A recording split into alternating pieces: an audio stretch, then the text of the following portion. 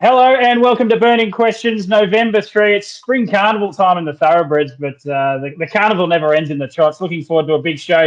Jack Trainer promised me he was right to go. We had him lined up to jump on and talk about the Queen of the Pacific, but as recent as about an hour and a half ago, he said, good to go, mate, with a thumbs up, and it seems like his phone's gone down. So we're going to have to forge on, but we're in good company. So we've got two special guests, Chris Alford and Alex Ashwood. We might go to you first, Albie.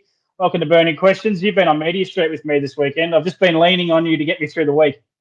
Yeah, I'm getting sick of you, Doc, to be honest, but we can go for an extra 20 minutes and talk some shit.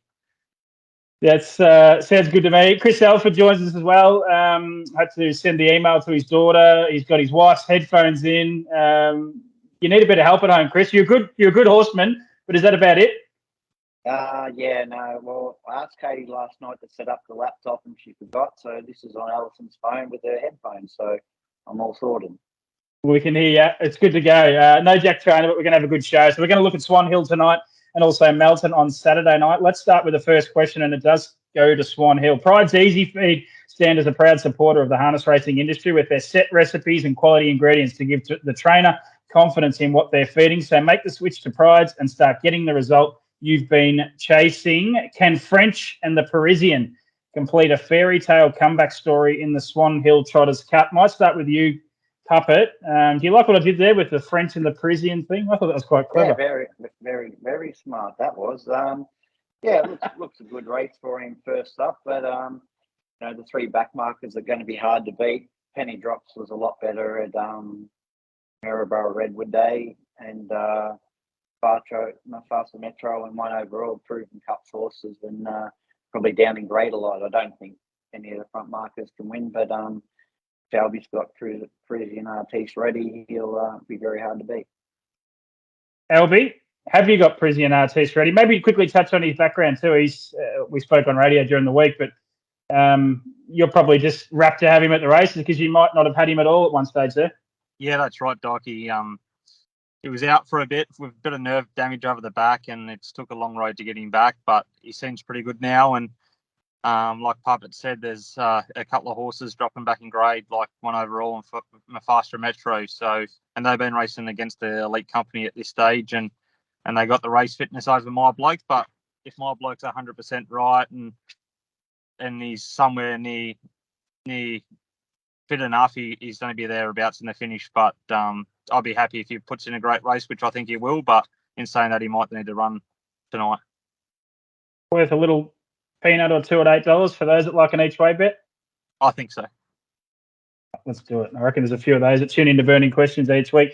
This isn't part of the rundown, but are you any chance in the Pacing Cup tonight? I'm flicking through the market. That comes up in race number 7. You will drive.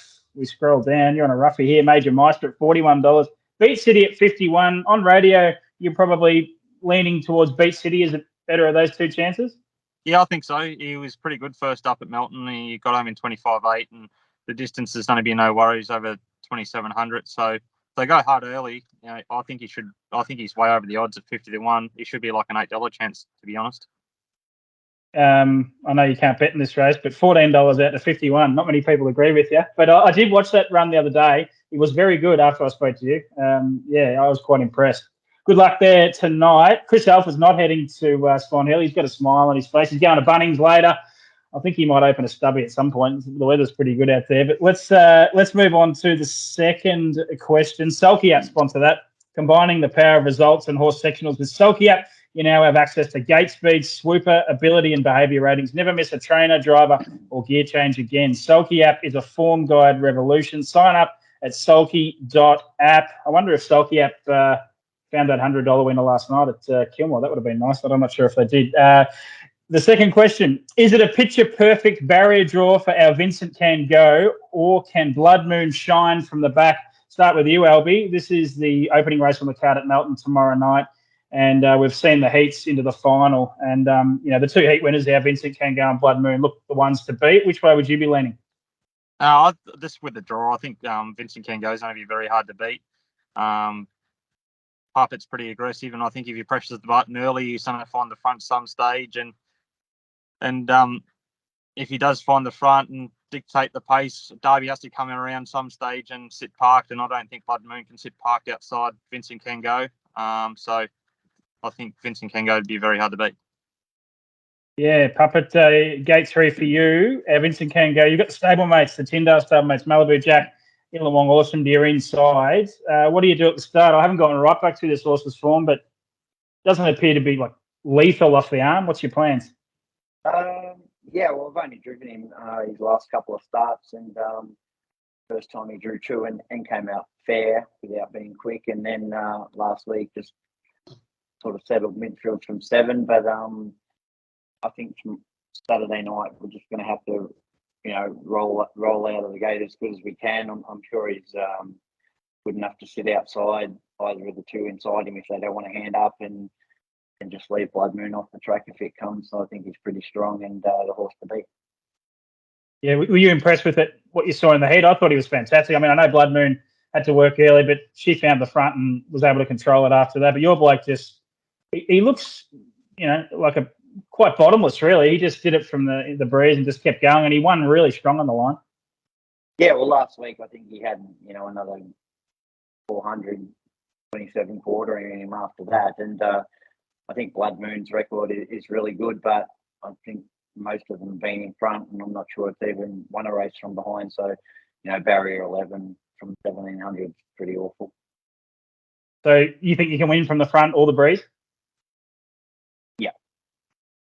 Yeah, good stuff. I do too. We'll get to best bets later on, but that might be a little pointer to them. Logical Staffing Solutions is a new sponsor to Burning Questions. Provide labour hire and recruitment services to the transport, logistics and manufacturing industries. The logical solution for your staffing needs. Back to Melton again. We'll go to you first, Delby. Which of Emma's 7 emerges as Queen of the Pacific, or will a major rival have a red letter day? You probably be disagreeing with me here. You don't think any of Emma's 7 will be winning? No, it's a great race, and it's going to be a great race to be a part of. It's probably the best Queen of Pacific field we've seen for some time. I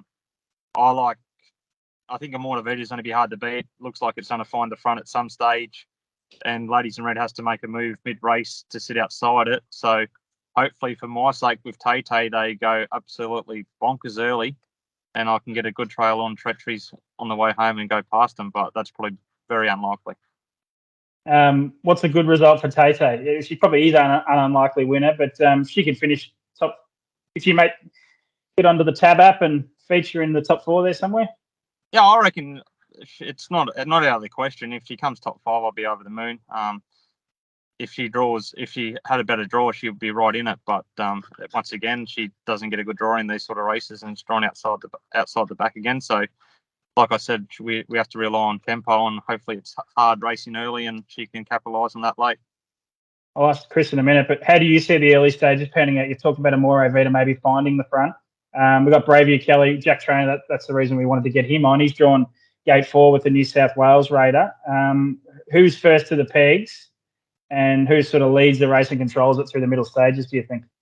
I think Bravia Kelly will lead initially, and Puppet will slide forward with it, and Excifer might slide forward as well. And I think Jack will be happy to take a sit on Amorta Vita, just knowing the fact that she probably won't hand up.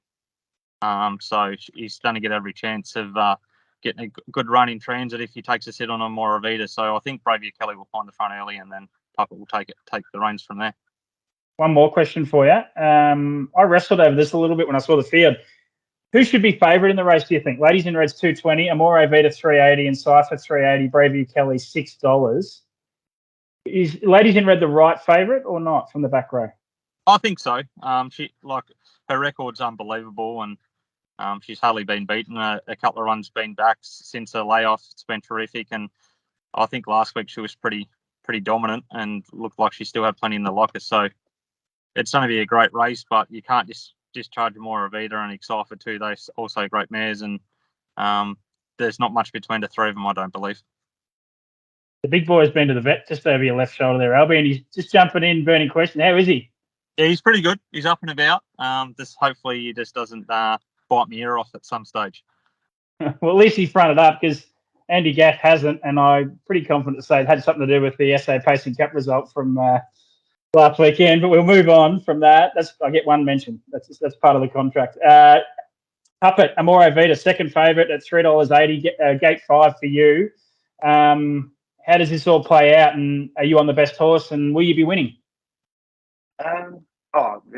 Debatable about the best horse. She's a great mare, and no one can dispute Ladies in Red's been the benchmark. So we're going to the race pretty confident and drive positive. I think Ladies in Red's been great the first 2 runs, but probably not. Probably 90 to 95% of her absolute best. So we hope she hasn't improved that extra 5%. How does it? Do you agree with Albie? Bravia Kelly first to the pegs, and you'd love to be able to work to the top. You'll be trying to do that. Yeah, I think we just have to just try and come out good enough to stay in front of Incycle early, and then whether we're just 3 wide around the first turn, just sitting there waiting for the speed to back off to see what the inside 4 do. Is Ladies in Red the rightful favourite? On her overall record for sure, and she's just a freak. Yeah, and but your confidence levels. We spoke about Vincent Can Go. You're confident of winning there. If I was to put it to you, which is the better winning chance, Amore Vita or our Vincent Can Go? Which way would you say? Oh, probably the first race, but I've got just as good a hope in this race, but I'll need everything to go right. Like Vita and Incycle were both brilliant in the big cup, both strangled the last 100 metres with nowhere to go. I'm sure they haven't lost anything since then, and I think with the right run, we can both beat Ladies in Red, and hopefully it's me. Cool. Good little wrap up of that race. It's going to be a ripper. I think you're right, Albie. It's one of the better fields that I can recall. It's going to be a classic race. Looking forward to it. That's one of the big features, the $150,000 Ben Stud Standard Breds Queen of the Pacific. The fourth of our burning questions. The Vic Cup performance is a hard act to follow, but can Jodie and her mate do it again in the 4 and 5-year-old champs? Might go to you there again, Albie. I'm just trying to get the market up. It'd be about race 2. Paul Oxenford's just decided to move it to the front of the card, try and catch some of those thoroughbred punters. It has worked in the past, so let's hope they get involved here. And it is a good race to have a look. If you want to have a bet, you can back them all, can't you? Interest free is scratching. Better Eclipses is going to run the outsider at $8.50. Just the 5 horses. One of my favourite questions is $100 I give to you, Albie. What do you do with it in this race? Have you got any idea at all? Take a box first 4. Just box the 5 box up. The field. Yeah, box the field. It's a great race, great horses. We've got a Victoria Cup winner there, not an end of the minion winner, American Mile winner, Chariots of Fire winner, Beyond the Light. It's been awesome. It's in the Kilmore Cup and the Geelong Cup. Better Eclipse, Kilmore Cup winner. The list goes on. So even Major Moth, like he was a star as a 2-year-old and early 3-year-old. So it's a great race, and it's only be interesting early because every horse has got gate speed. So yeah, I think Greg's the only one I think will go back, but I don't know about the other 4. So who wins it? The main question: who wins this race? Catch a Wave, Act Now, Major Moth, Beyond Delight, or Better Eclipse? I'm going with Beyond Delight. Just the way he's been savage in the line. He probably gets in front of Major Moth at the start and probably takes a sit on Catch a Wave or Act Now. So I think he's going to get the gun run, and the way he's been hitting the line, his first couple of runs back, he's going to be very hard to beat. Okay, good call. 480. In Herbie we trust. Sky Channel had him up as their pin-up boy again last night. Puppet, how do you see this race? It's a ripper. Catch a Wave, Act Now, Major Moth, Beyond the Light, Better Eclipse. Who wins the free-for-all race 2 on the card? It's very disappointing. It's only a 5-horse field, and 5 great horses going to war, but I don't think it's going to be a war. They're just going to hang out in the first 100, settle down and sprint the last 400. There's no real enforcer in the race, so I hope Catch a Wave can get across and make it a real race anyway. Yeah, so you think he's the horse that leads up to probably an Indian file sort of race? It looks to be that way. Like there's not really a horse that can sit in the breeze and win while putting pressure on. So it's going to be one of those races. The first sort of 100 metres will tell the tale. Okay, $100 in your hand. How are you spending it on this race? I think I'll back Major Moth to run second. Okay, take the $60, 70 to run top two. Yeah, I don't mind it. I don't mind it at all. It's going to be a great race. Yeah, I don't really know how that's going to pan out. Not many races I'm happy just to sit back and not have a bet on, but this might be one of them. Lovely stuff, boys. There's the 4 burning questions, run and one. Now we need to find some winners. I think I was the only one, a little head wobble there, the only one that found a winner last week on the best bets. But we go to you, Albie. What's the best bet anywhere in the country? I know you don't mind betting on the Dapto Dogs or the trackside at the pub or whatever. You can go wherever you want. What are you doing for your best bet? I actually don't mind Ideal Escape Saturday night. It looks like his race. Looks like he's going to find the front. No enforcer in the race, and the way he trolled 3 weeks ago at Bendigo was pretty impressive. And last week he just looked like he just jogged around in Melton and had no luck. So I think he gets his chance Saturday night. Ideal Escape. Race 7, number 4, Ideal Escape for LB. Puppet, what's your best bet on the card? Anywhere, well, not on the card, anywhere in the country? Yeah, I'll go Grumpy each way in race 4 at Melton on Saturday. Which one was that, sorry? Grumpy. Oh, yes. Named after you or named after Josh Duggan? Albie. Albie. Give us a reason there, just working well at home? Oh, no, he's been good every run this time, except the Derby heat. He wasn't quite right, but back to 1,700 and a bit less than grade, I think he'll run well. Good stuff. Okay, I'm going to go Melton as well, and putting all the pressure on you, Puppet, right off the top. At 6:20, I'm going with our Vincent Can Go. I reckon he gets it done many ways. I think he'll get it done, breeze, leading, wherever. Go back to last and still win, I reckon. Pretty confident with him. So race 1, number 3, our Vincent Can Go, my best bet. Lovely to chat, boys. I really appreciate you jumping on. Good luck tonight at Swan Hill, Albie, and go well on Saturday night as well. Thanks, Doc. Appreciate it. And Puppet, thanks for jumping on, mate. Always appreciate it. And go and enjoy the rest of the day. No trots for you. How good's that? Nice quiet day. Thanks, Tim. Thanks, boys. That's been Burning Questions, November 3. Hope you enjoyed the racing right around the country this weekend. We'll be back next Thursday or next Friday with Burning Questions again. Cheers.